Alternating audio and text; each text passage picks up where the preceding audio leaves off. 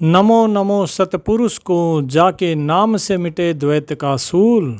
कबीर साहिब की दया से भरम भया सब धूल। दर्पण मांजत क्या करे जो मन का मैल न जाए।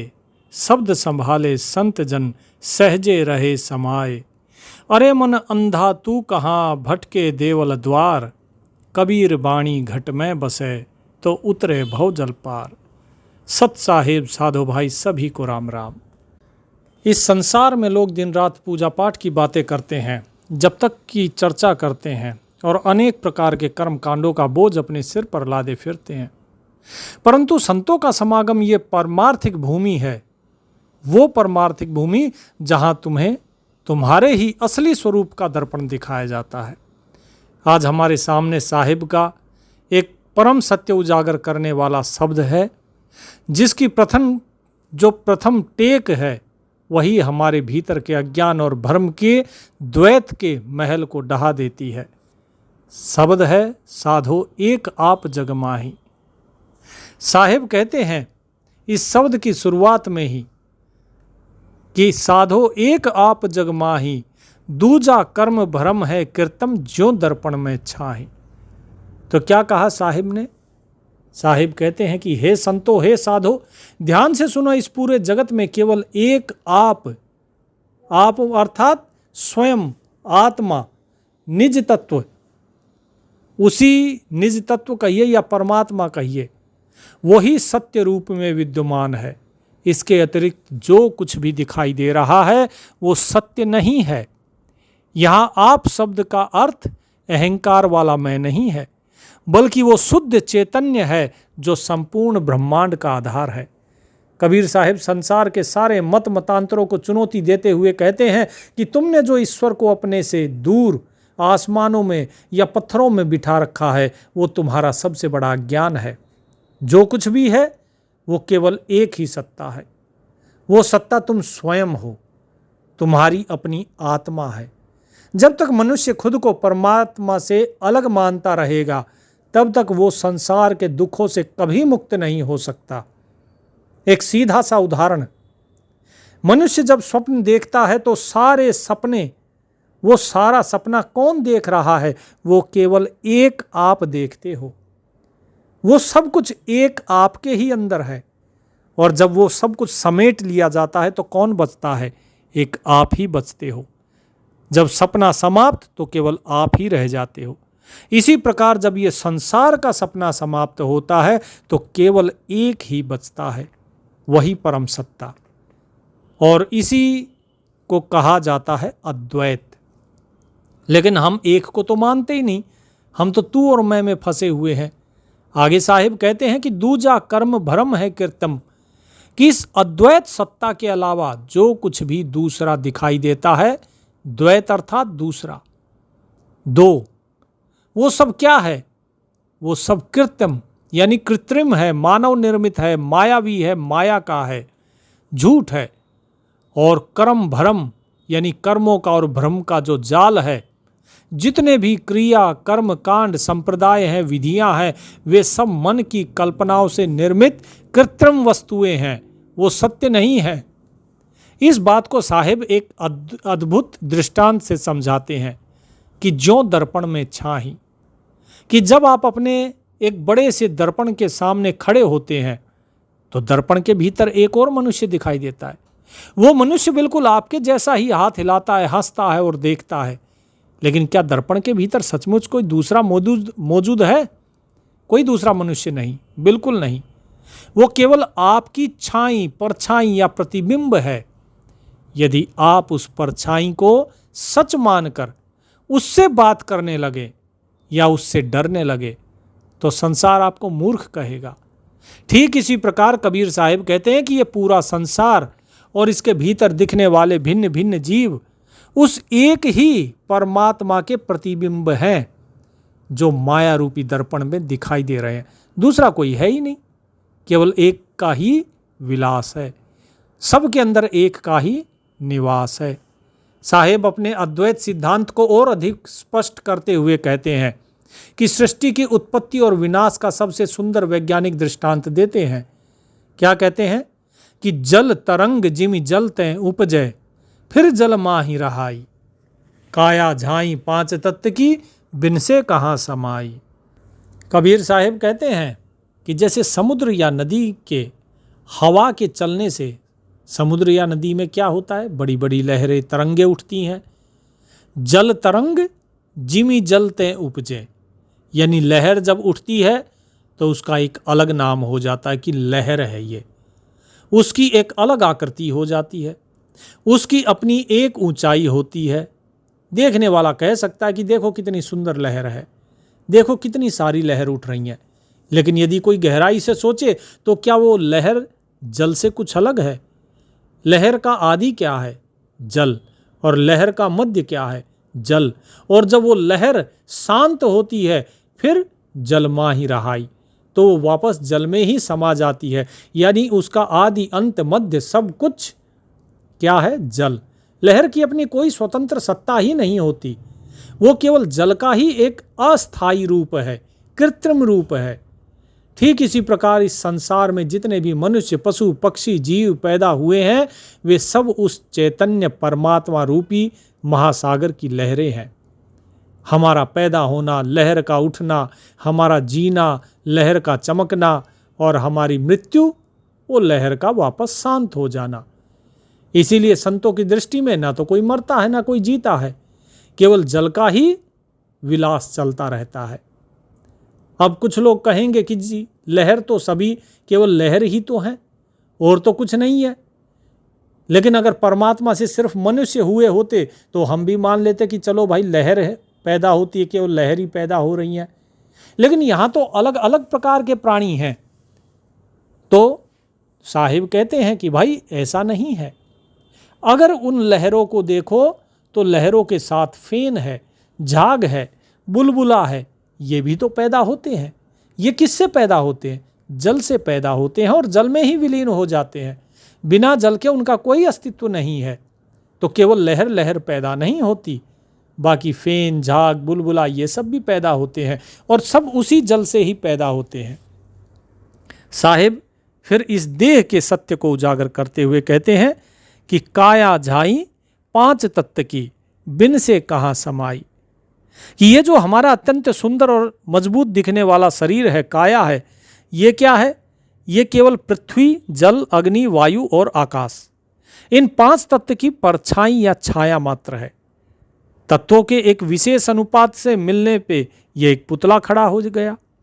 मनुष्य सोचता है कि यही मैं हूं, ये मेरा रूप है। साहेब एक बड़ा मार्मिक प्रश्न पूछते हैं कि बिन से कहाँ समाई।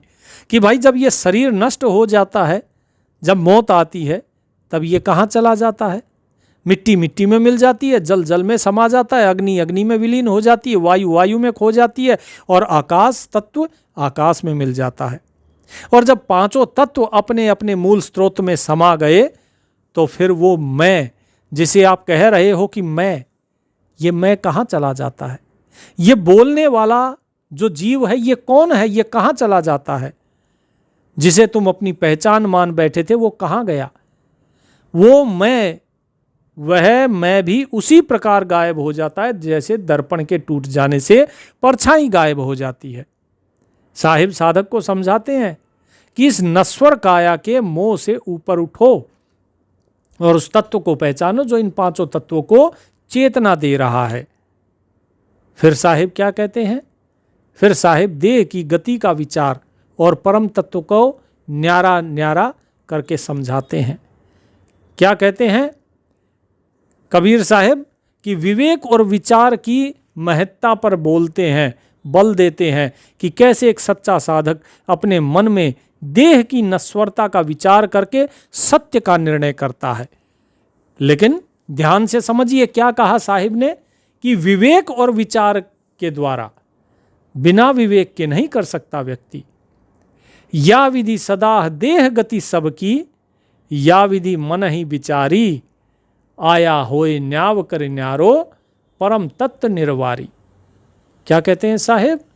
कि या विधि देह, या विधि सदा देह गति सबकी, कि इस संसार में राजा हो या रंक हो, पंडित हो या मूर्ख, साधु हो या पापी, सबकी देह की गति यही होने वाली है जो ऊपर बताई गई है कि इस पांचों तत्व में मिल जाते हैं।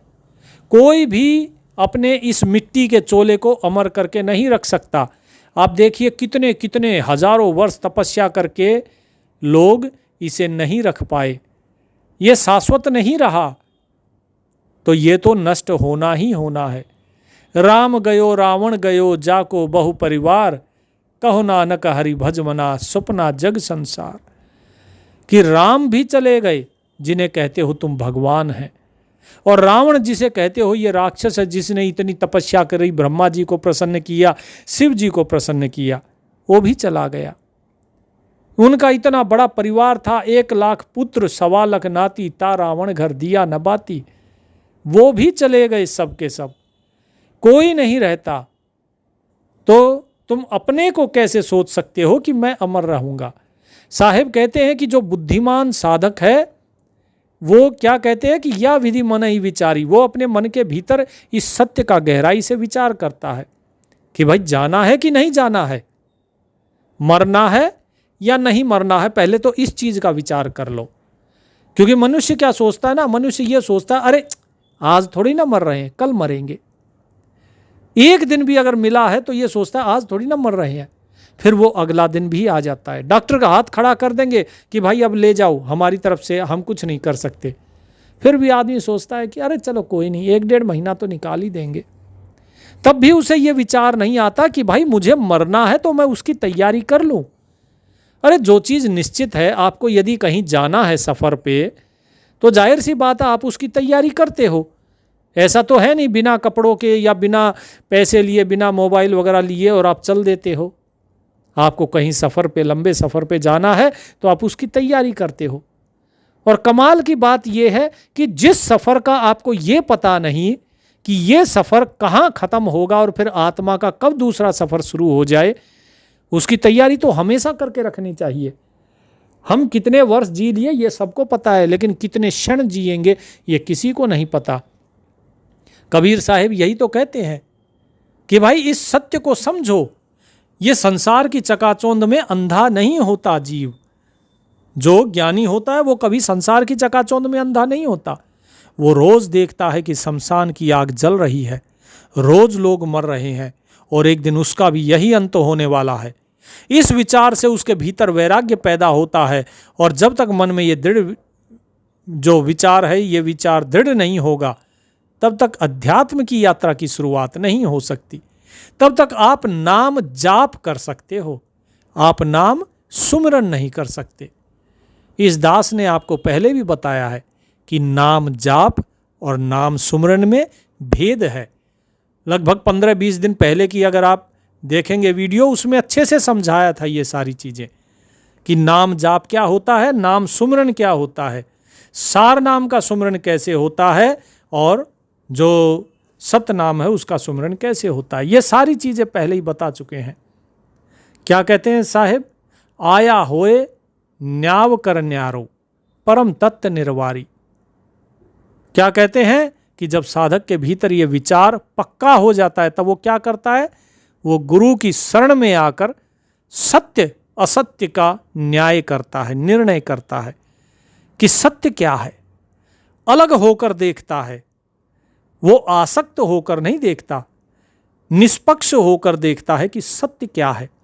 सत्य यह है कि शरीर छूटेगा, आज नहीं तो कल छूटेगा, और यदि छूटेगा तो छूटने की तैयारी करो। और जब छूटना ही है तो क्यों ना मैं छोड़ूं, कोई मुझसे मेरी वस्तु छीन ले वो सही है, या मैं स्वयं दान दे दूं वो सही है। एक व्यक्ति 100 रुपए का दान देकर आता है किसी को तो उसके मन में आनंद होता है, और दूसरा व्यक्ति जो उससे लगाव रखता है धन से, वो 100 रुपये क्या अगर उसके 10 रुपये भी अगर कोई हथिया ले, कोई छीन ले उससे, तो उसे कितना दुख होता है। बात केवल 10 रुपये की है। 100 रुपये देने वाला आनंद में है और 10 रुपये जिसके चले गए वो दुखी हो रहा है। यही तो साहिब कह रहे हैं कि भाई तुम छोड़ना सीखो, और जो जीव गुरु की शरण में आ गया, जिसने सत्य असत्य का न्याय कर लिया, निर्णय कर लिया, जैसे हंस पक्षी और दूध और पानी को क्या करता है, हंस पक्षी दूध और पानी को अलग अलग कर देता है, पानी को छोड़ देता है और दूध को ग्रहण कर लेता है। इसी प्रकार से जो विवेकवान साधक है वो इस जड़ काया और चेतन आत्मा, इन दोनों से मिलकर ये शरीर चल रहा है, वो इन दोनों को अलग अलग करके जान लेता है, अलग अलग पहचान लेता है। वो जान जाता है कि मैं शरीर नहीं हूं, मैं मन नहीं हूं, मैं तो वो अविनाशी परम तत्व हूं जो कभी नष्ट नहीं होता।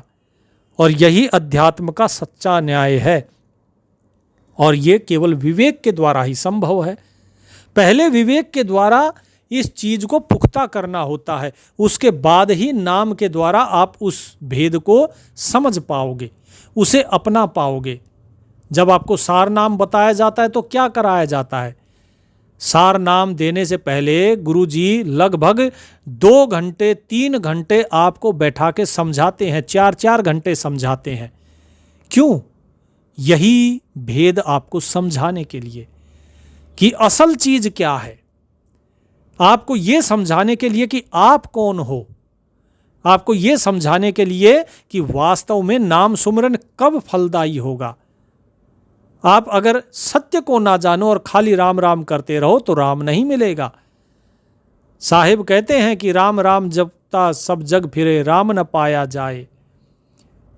क्या कहते हैं साहिब कि परम तत्व का जो निर्णय हो जाने के बाद साधक जिस अवस्था में पहुंचता है उसे संतों ने क्या बताया? सहज समाधि। इस पद में साहिब जो कल्पित साधनाओं और पूजा पद्धतियों पे उसका पूर्ण निषेध करते हैं कि भाई ये नहीं करनी। सहजे रहे समाये सहज में, ना कहूँ आए न जावे, धरे न ध्यान करे नहीं जब तप, राम रहीम न गावे। सुन लीजिए, साहिब ने क्या कहा? राम रहीम न गावे, लेकिन कब? सहजे रहे समाये सहज में, कि जब जीव को यह बोध हो जाता है कि सब कुछ एक ही है तो उसकी सारी भाग दौड़ समाप्त हो जाती है। वो सहजे रहे समाये सहज में, वो अत्यंत सहजता से बिना किसी प्रयास के अपने ही निज स्वरूप में लीन हो जाता है। उसे ध्यान लगाने के लिए आंखें बंद नहीं करनी पड़ती, नहीं उसे किसी पहाड़ की गुफा में भागना पड़ता है। उसकी उठते बैठते खाते पीते हर समय वो सहज स्थिति बनी रहती है, और ऐसी आत्मा के लिए आना जाना समाप्त हो जाता है। ना कहूँ आवे न जावे। जब वो स्वयं ही सर्वव्यापी हो गया तो वो कहाँ आएगा और कहाँ जाएगा? ये दास जो शब्द बोल रहा है अभी, ये जो आवाज आ रही है, ये शब्द निकल रहे हैं मुख से, ये शब्द बोलने के बाद कहाँ जाते हैं? वे व्याप्त हो जाते हैं इस आसमान में। जैसे हवा इस आकाश में व्याप्त है, ये सारा आसमान सब व्याप्त है हर जगह, इसी प्रकार वो स्वयं भी सब जगह व्याप्त हो जाता है। और जब सर्वव्यापी हो गया तो कहाँ आएगा, कहाँ जाएगा? आना जाना जन्म मरण तो उसका होता है जो सीमा में बंधा हो। जो असीम हो गया वो तो सदा अपने ही केंद्र पर स्थित रहता है, वो कहीं आता जाता नहीं है। अब बात आती है कि कैसे पता लगे कि भाई सहज अवस्था आ गई। साहिब इस सहज अवस्था का जो लक्षण बताते हैं वो पारंपरिक धार्मिक लोगों के होश उड़ा देने वाला है। क्यों? क्योंकि सहज समाधि का व्यक्ति, सहज अवस्था वाला जो भक्त होता है, वो ऐसे कार्य करता है जो सांसारिक भगत नहीं करते। जो सांसारिक धार्मिक लोग हैं, जो वे काम करते हैं, भक्त उससे उल्टा काम करता है। कैसे? कि धरे न ध्यान करे नहीं जब तप, राम रहीम न गावे। कि धरे न ध्यान, वो किसी मूर्ति का ध्यान नहीं करता, किसी बिंदु का ध्यान नहीं करता, किसी चक्र पे ध्यान नहीं करता, क्योंकि ध्यान तो उसका धरा जाता है जो हमसे अलग हो। और जब वो स्वयं ही सब कुछ हो गया तो ध्यान किसका करे? फिर क्या कहा? करे नहीं जब तप, यानी वो किसी माला को नहीं फेरता, कोई जाप नहीं करता, ना ही कोई कठोर तपस्या करके शरीर को कष्ट देता है। उसके लिए सहज श्वास ही सुमरन बन जाती है। जो उसकी श्वास होती है वो सुमरन बन जाती है। और क्या कहा? बोला राम रहीम न गावे। वो समाज में चल रहे राम और रहीम के झगड़ों से ऊपर उठ जाता है। वो ना तो हिंदुओं के राम राम में राम राम का कोई संकीर्तन करता है और ना ही मुसलमानों के रहीम की कोई चिल्लाकर इबादत करता है। उसके लिए ये सब नाम और शब्द केवल बाहरी व्यवहार है। वो तो इन दोनों मार्गों के पीछे जो एक अखंड चैतन्य सत्ता है उसमें मौन होकर समा जाता है। इसीलिए दास आपको बार बार कहता है मौन, मौन की तरफ चलिए, जितना बोलोगे मन उतना ही चंचल। इसीलिए व्यक्ति को मौन रहना चाहिए। मौन रहो तो आगे बढ़ोगे। अब लोग कहते हैं बोले जी अब यहाँ साहिब ने कहा कि ना आवे ना जावे, कहीं वो आता नहीं जाता नहीं। लोग कहते हैं बोले जी सतलोक जाना है। अरे भाई सतलोक जाना है, लेकिन वो सतलोक है कहाँ? अब लोग ये कहेंगे बोले जी आप ही ने बताया था कि 16 शंख को उस पर है। बिल्कुल है, साहिब ने वाणी में कहा है कि बोले 16 शंख पर तकिया हमारा, साहिब ने वाणी में कहा है। लेकिन साहिब ने जो कहा है उसका भेद ही कुछ और है। असल बात तो यही है कि वो किसके लिए कहा और क्यों कहा गया, ये एक बहुत गहरा भेद है। ये भेद उनके लिए है जो वास्तव में इस रास्ते पर चल रहे हैं, जो भगत इस रास्ते पर चल रहे हैं, जो पहले और दूसरे स्तर को पार करके जो सार नाम पर आ चुके हैं और सार नाम का सुमरन कर रहे हैं, उनके लिए है वो भेद। जो आम व्यक्ति है उसके लिए वो भेद नहीं है। तो इसीलिए उस भेद को हम YouTube पर नहीं खोल सकते, क्योंकि ये तो सार्वजनिक मंच है। तो यही चीज़ व्यक्ति को समझनी पड़ती है कि आना कहाँ है, जाना कहाँ है, सतलोक है कहाँ। उस सतलोक को भी तो जानना जरूरी है ना। और लोग उसी सतलोक के भ्रम में पड़ के इधर से उधर पता नहीं कहाँ कहाँ भाग रहे हैं। और लोगों ने उस सतलोक को ही अपना व्यापार बना लिया है। कोई सतलोक आश्रम बना लिया है, किसी ने सतलोक धाम बना लिया, तो किसी ने सतलोक कुटी बना ली। तो बस सतलोक के नाम पे सब चल रहा है। साहेब कहते हैं तीर्थ व्रत सकल परित्यागे, शून्य डोर नहीं लावे, यह धोखा जब समझ पड़े तब पूजे काहे पुजावे। कबीर साहिब उन तथा कथित योगियों साधकों को भी सचेत करते हैं जो शून्य के ध्यान में या तीर्थ व्रत के अहंकार में अटके हैं। बहुत से लोग कहते हैं बोले जी हमारा तो शून्य में ध्यान लगा है हमारा। बहुत से कहते हैं बोले ब्रह्म प्रकट हो गया। तो ये कई चीज़ें हैं। साहेब कहते हैं इन सब चीज़ों में कुछ नहीं मिलेगा। कोई भी प्रकट हो जाए, कुछ भी प्रकट हो जाए, आप जब साधना करोगे ना तो आपको अनेकों अनेक प्रकाश दिखाई देंगे, आपको अनेकों अनेक धुनें सुनाई देंगी। ठीक है जी।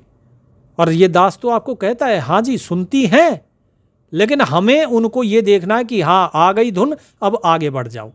ऐसा नहीं उसी को सुनते रहो, नहीं, उससे आगे बढ़ जाओ, क्योंकि वो हमारे काम की नहीं है, हमें उन पे नहीं अटकना है।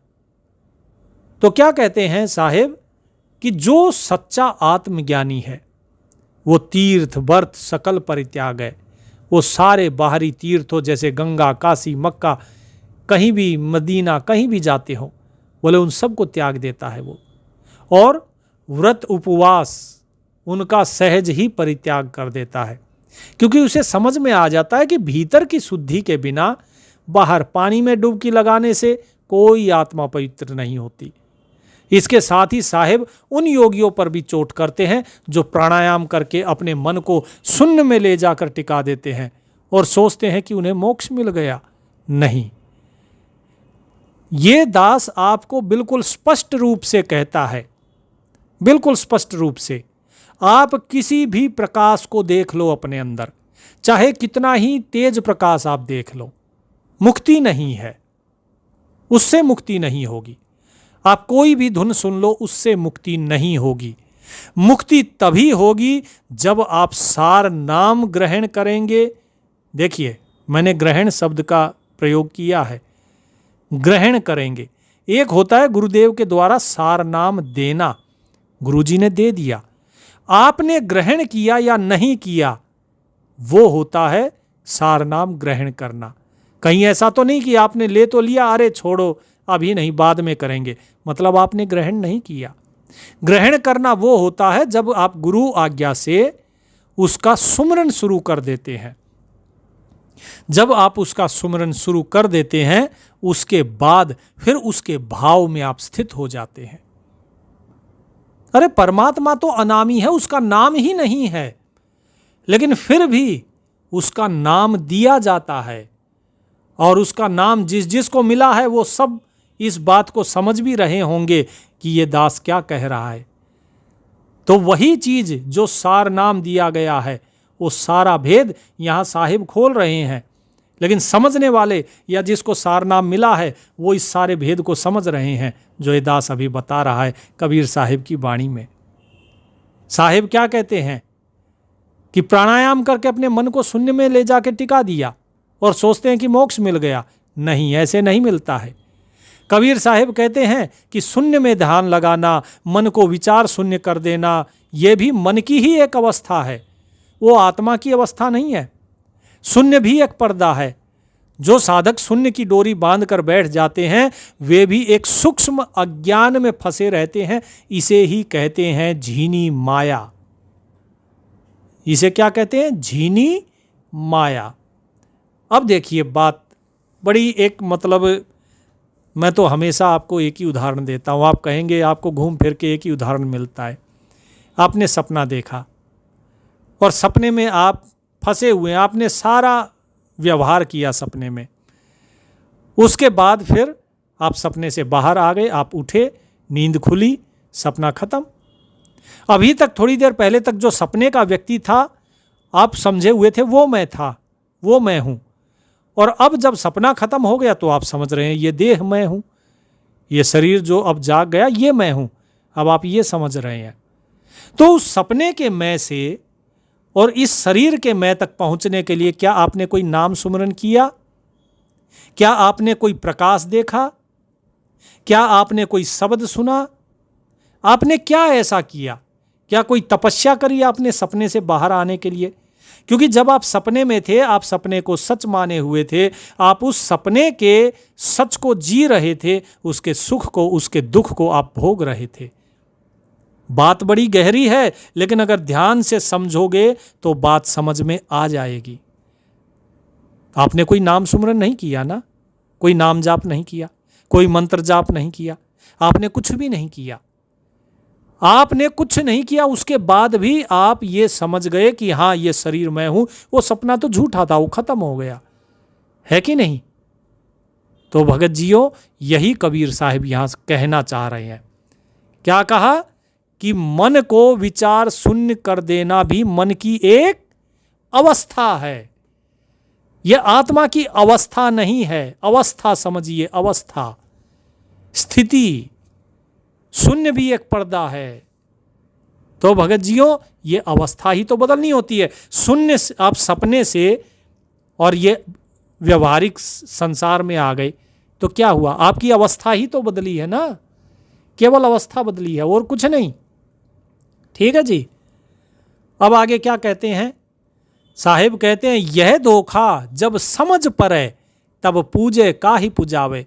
कि जब सतगुरु की कृपा से जीव को यह बात समझ में आ जाती है कि तीर्थ, व्रत, जप, तप और यहाँ तक कि योनियों का शून्य ध्यान भी जो योगी लगाते हैं, माफ़ कीजिए मैं योनियों बोल गया, योगियों का, जो योगियों का शून्य ध्यान भी केवल मन का ही एक धोखा है।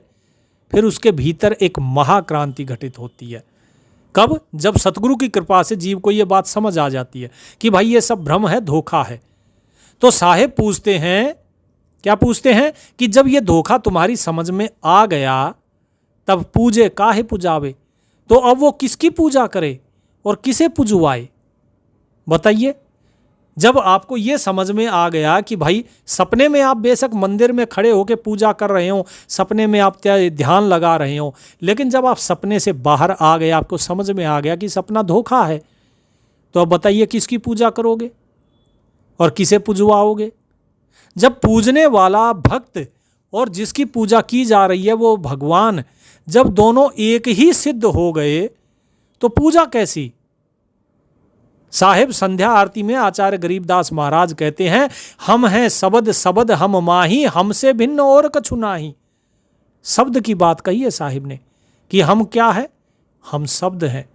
और शब्द हम माही, हमारे ही अंदर है। हमसे भिन्न और कुछ नाही, हमसे भिन्न कुछ है ही नहीं। तो जहां दो ही नहीं बचे, वहां ना कोई मंदिर बचता है, ना मस्जिद, ना कोई देवता, ना पुजारी। वहां केवल एक अखंड मौन और परम तृप्ति बचती है। अब बताइए भगत जियों, आप लोग तो अनेकों अनेक नाम लेकर घूम रहे हैं। कोई 5 नाम लिए हुए हैं, कोई 10 नाम लिए हुए हैं, कोई 2 नाम, कोई 4 नाम, कोई 3 नाम। कोई कहता है ये सतनाम है, कोई कहता है ये प्रथम नाम है, कोई कहता है ये कौन सा, बोले सत्य नाम है, सार नाम है, और आखिरी में बोले ये सार शब्द है। ठीक है जी। तो ये सारे चीज क्या है? अरे जब परमात्मा एक ही है तो इतने नाम कहां से आ गए? जरा इस चीज पे विचार तो कीजिए। तो इसका मतलब तो ये हुआ कि ये जितने नाम हैं ये सब पाखंड हो गए। ये तो पाखंड सिद्ध हो गए ना, क्योंकि कबीर साहिब की जो ये शब्द है, इस शब्द के आधार पे तो फिर तो भाई कुछ नहीं करना है। अब उस एक के साथ एक होने के लिए विधि क्या है? तो क्या कहते हैं साहिब, भाई कोई युक्ति तो होगी, नहीं तो ऐसे कैसे होंगे? तो अब देखिए, साहिब साधना के सारे शारीरिक और मानसिक हट की सीमाओं को एक झटके में स्पष्ट कर देते हैं। क्या कहते हैं? जोग जुगत से भरम न छूटे, जब लग आप न सूझे। क्या कहा?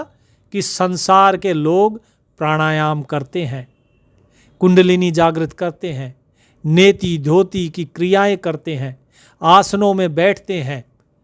कबीर साहिब कहते हैं कि तुम चाहे जितनी जोग जुगत, कितनी योग की युक्तियां कर लो, उससे तुम्हारे मन के भ्रम ये कभी समाप्त नहीं हो सकता। योग की क्रियाओं से शरीर स्वस्थ हो सकता है, मन शांत हो सकता है, कुछ सिद्धियां भी मिल सकती हैं, लेकिन अज्ञान का नाश नहीं होता। भ्रम का मतलब क्या है? कि स्वयं को शरीर मानना, स्वयं को परमात्मा से अलग मानना। ये भ्रम योग करने से नहीं टूटता, क्योंकि योग करने वाला जो अहंकार है कि मैं योगी हूं, मैं साधना कर रहा हूं, वो अहंकार योग के द्वारा और अधिक मजबूत हो जाता है, क्योंकि उस पर कौन कब्जा कर लेता है? झीनी माया। फिर क्या कहा? कि जब लग आप न सूझे। भ्रम कब टूटेगा? साहिब बिल्कुल अचूक समाधान कहते हैं कि जब लग आप न सूझे, कि जब तक तुम्हें स्वयं का अपना असली स्वरूप नहीं, तुम्हें साक्षात दिखाई न दे, अनुभव में ना आए, तब तक सब कुछ व्यर्थ है, सब व्यर्थ है, जब तक स्वयं का अनुभव ना हो। और ये दास बार बार आपको स्वयं का अनुभव करवाता है, उदाहरण दे दे कर करवाता है, आपको समझा समझा कर करवाता है। गुरुजी भी सार नाम देने से पहले आपको बहुत चीज़ें समझाते हैं। कभी ऐसे ही नहीं देते कि हाँ जी हम आ गए हैं, बस 10 मिनट में हमारी ट्रेन है और हमें सार नाम दे दीजिए। गुरुजी कहते हैं कि आप वापस चले जाइए, क्योंकि उस सार नाम का कोई लाभ ही नहीं है। भाई हवा में तो घर नहीं खड़ा होता ना, महल खड़ा होगा तो उसकी नींव तो डालनी पड़ेगी। जब नींव ही नहीं डली तो महल कहाँ खड़ा होगा? अब यही चीज साहिब बता रहे हैं कि सब कुछ व्यर्थ है भाई। ठीक है, जब तक आपको स्वयं का अनुभव ना हो। अंधेरे कमरे में आप चाहे जितना झाड़ू लगाएं, चाहे जितनी कसरत करें, अंधेरा दूर नहीं होगा। अंधेरा तब दूर होगा जब आप एक छोटा सा दीपक जलाएंगे। ठीक इसी प्रकार जब तक ज्ञान का प्रकाश नहीं होता, तब तक आत्मा स्वयं को नहीं पहचानती कि मैं ही वो अद्वैत सत्य हूं। क्या कहा मंसूर अल हलज ने अनल हक, कि वो जो सत्य है वही मैं हूं। कौन हूं मैं? वो सत्य। तो भगत जियों, लेकिन सिर्फ कहने से नहीं होता, मंसूर ने अनुभव कर लिया, और जैसे ही अनुभव हुआ फिर उससे कोई मतलब नहीं। उसके हाथ काट दिए, उसको सूली पर चढ़ा दिया, उसका शीश काट दिया, उसके बाद भी उसके शरीर से आवाज़ आती रही अनल हक, क्योंकि उसको इस शरीर से अब कोई लेना देना नहीं था। चिता पर जला दिया, चिता से आवाज़ आई अनल हक, उसकी राख से आवाज़ आ रही है अनल हक, और उसके बाद जब राख को दरिया में बहा दिया तो पूरे दरिया से आवाज़ आ रही है अनल हक, अनल हक। तो बताइए, ये अनुभव की बात है। और हम सोचते हैं कि हमने ये पढ़ लिया, हमने वो पढ़ लिया। हम पूरे गुरु को ढूंढते हैं, हम सतगुरु को ढूंढते हैं। हम कभी सोचते ही नहीं कि अरे भाई हम तो सच्चे रास्ते पर चलें। हम रोजाना सुबह से शाम तक दनादन झूठ बोलते रहते हैं।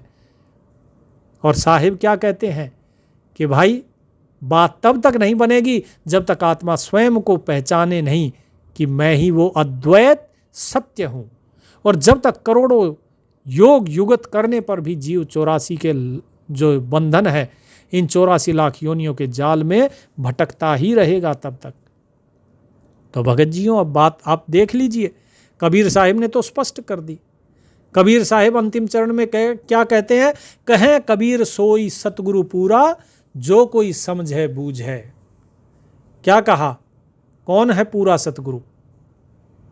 कबीर साहिब जो समझा रहे हैं कि अद्वैत को जो समझने वाला है और समझाने वाला है वो कौन है? वही वास्तव में सतगुरु है। अब आप समझ लीजिए, दास ने तो बार बार आपको समझाया है कि भाई साहिब वाणी में प्रमाण देकर गए हैं कि सतगुरु दिल्ली मंडल आए सी, सुती धरनी सूम जगाए सी। साहिब तकत कबीर खवासा, दिल्ली मंडल लीजे वासा। साहिब डंके की चोट पर कह कर गए हैं कि भाई सतगुरु तो दिल्ली मंडल में ही निवास करेंगे। अब आप समझ लो कि आपको जिसने सार नाम दिया है उसने क्या सार नाम दिया है और उसका भेद भी बताया है कि नहीं बताया है, क्योंकि बिना भेद के तो बात बनेगी ही नहीं। यही चीज़ तो साहिब ने कही, कहें कबीर सोई सतगुरु पूरा, कि संसार में गुरुओं की कोई कमी नहीं। कोई कान फूंकने वाला गुरु है, कोई तिलक लगाने वाला गुरु है, कोई आश्रम वाला गुरु है, कोई कंठी बांधने वाला गुरु है।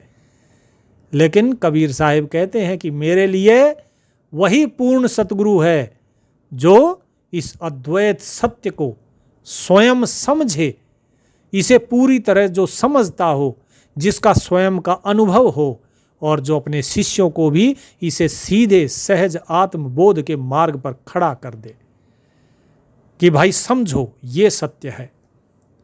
उनको ये समझाए कि देखो इस प्रकार से अनुभव होगा। वो सतगुरु है। पूरा सतगुरु वो नहीं जो तुम्हें अधिक कर्म कांडों में उलझा दे, जो आपको ये कहे अरे भाई यहां नहीं जाना, इसके पैर मत छूना, इस मंदिर में जाके इसका प्रसाद नहीं खाना ना। वो सतगुरु नहीं है जो आपको ये कहे प्रसाद मत खाओ, पैर मत छुया करो, यहाँ पर इतना धन दान दो, वहाँ पर उतना करो। वो सतगुरु नहीं है। सतगुरु आपको कौन सा मार्ग बताते हैं? साहिब का मार्ग बताते हैं, संसार का मार्ग नहीं बताते। आपको आपके घर से कहेंगे बोले जितने देवी देवताओं की मूर्तियाँ हैं इनको हटा दो। ठीक है जी, आपने हटा दी। अब क्या करें? बोले अब हमारी मूर्ति लगा दो, कबीर साहिब की मूर्ति लगा दो, और अब इनकी पूजा किया करो, इनके आगे लंबे लेट जाओ। ये कभी सतगुरु नहीं करते हैं। हाँ ठीक है, मूर्ति रखो आप। क्यों रखो? ताकि आपको ये पता हो कि भाई साहिब इस स्वरूप में आए थे। ये कबीर साहिब का स्वरूप धारण किया उन्होंने बंदी छोड़ गरीबदास महाराज का स्वरूप धारण किया। इसलिए मूर्ति होती है, इसलिए नहीं कि आप उनके आगे लंबे लेट जाओ। ये तो मूर्ति पूजा होगी। फिर फर्क क्या हुआ कृष्ण की मूर्ति में और कबीर साहिब की मूर्ति में? क्या फर्क हुआ राम की मूर्ति में और गरीबदास महाराज की मूर्ति में? भाई मूर्ति तो पूजा हो रही है। फिर सतगुरु ये कभी नहीं करवाते। सतगुरु ये नहीं कहते आपसे कि भाई तुम अपने सारे धागे सब कुछ काट दो और अब मैं धागा दूंगा उसे बांध लो। धागे रक्षा नहीं करते, रक्षा करता है परमात्मा। कोई लॉकेट डालने से कुछ नहीं होता। ये सारी चीज़ें केवल और केवल पाखंड है और कुछ नहीं। और उसके बाद जब आपकी भक्ति कारगर नहीं होगी तो क्या कहा जाएगा कि भाई आपने सही प्रकार से भक्ति नहीं करी, आपने नाम सुमरन ठीक नहीं किया, आपने मर्यादा तोड़ दी, आपका नाम खंड हो गया। तो ये सब बहाने बनाए जाते हैं। तो साहिब कहते पूरा सतगुरु वह नहीं जो तुम्हें और अधिक कर्म कांडों में उलझा दे, जो तुमसे कहे कि चलो अब ये व्रत करो या फिर इस तीर्थ पर जाओ, इस आश्रम में जाओ, फलाने पर आया करो, इतने में आओ, इतने दिन में आओ। पूरा सतगुरु तो वो जौहरी है जो एक ही झटके में तुम्हारे सारे भरमों के पर्दे को काट कर तुम्हें दर्पण की तरह साफ कर देता है और कहता है तत्त्वमसि, कि तत्त्वम असि, कि वो जो तत्व है वो तू ही है। तत्व माने वो तत्व है, वो आपको बताया जा चुका है तत्व क्या है। त्वम असि, त्वम माने तुम, असि माने हो, कि वो तुम ही हो। तुम अलग नहीं हो, तुम वही हो, तुम में और उसमें कोई भेद नहीं है। फिर क्या कहते हैं कि ये मार्ग पढ़ने का नहीं, ये मार्ग बूझने का है, अनुभव करने का है। कबीर साहेब कहते हैं कि जो कोई भी इस शब्द के मर्म को समझ लेगा, जो ये शब्द आज आपको बताया है, जो इसके मर्म को समझ लेगा वो संसार के सारे बंधनों से मुक्त हो जाएगा। उसे फिर किसी बाहरी सहारे की आवश्यकता ही नहीं रहेगी। ठीक है भगत जियो। तो आज का जो ये साहिब का शब्द था ये आंखें खोलने वाला है। आप लोगों को इसमें बहुत सी संदेह भी होंगे, कुछ दुविधा भी होंगी, लेकिन जिसने वास्तव में एक सतगुरु से नामदान ले लिया, सार नाम जिसे मिल गया, उसे फिर कोई भी दुविधा नहीं रहती। तो अब इस सत्संग पे देखिए, आप अब संकल्प ले लीजिए कि आज से हम राम रहीम मंदिर मस्जिद के तमाम जो कृत्रिम और सांप्रदायिक भेद हैं उनसे ऊपर उठेंगे। हम शरीर और पांचों तत्वों के इस अस्थाई महल को, इसके अहंकार को त्याग कर अपने भीतर बैठे परम तत्व का निरंतर विचार करेंगे, विवेक के द्वारा विचार करेंगे और हम सुमिरन करेंगे उस नाम का। ठीक है जी। हम किसी भी बनावटी योग युक्ति या बाहर से दिखावे के धोखे में हम नहीं फंसेंगे, बल्कि पूरे सतगुरु के वचनों को बूझकर अर्थात समझकर सहज समाधि की स्थिति में जीने का प्रयास करेंगे। सहज समाधि वो नहीं होता है कि भाई आप बैठ गए एक जगह आलती पालती मार के सुखासन पे, वज्रासन पे और ध्यान लगा के बैठ गए, नहीं। कबीर साहिब की वाणी सुन के जो जागेगा वो हंस कहाए, मिट गया दर्पण का धोखा, अब सहजे सहज समाए। सहज भाव से ही सब होगा और सहज में ही समा जाओगे। सहजे सहजे रे मना, सहजे सब कुछ होए, माली सींचे सो घड़ा, ऋतु आए फल होए।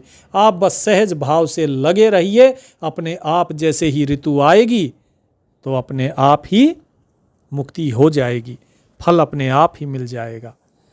तो इसलिए भगत जियों, इस दास को अब आज्ञा दीजिए और नाम सुमरन में लगे रहिए। सतगुरु से जो सार नाम मिला है उस पर दृढ़ विश्वास रखिए और जो साहिब की वाणी जो आपको बताई ये बार बार उस सार नाम को प्रमाणित कर रही है। देख लीजिए, उसी सार नाम को प्रमाणित कर रही है जो गुरुदेव महाराज ने आपको दिया है। तो इसीलिए भगत जियों, लगे रहिए निरंतर और परमात्मा के अधीन रहिए। परमात्मा सभी का कल्याण करें। गुरुदेव की कृपा सब पर बरसती रहे। सत साहिब।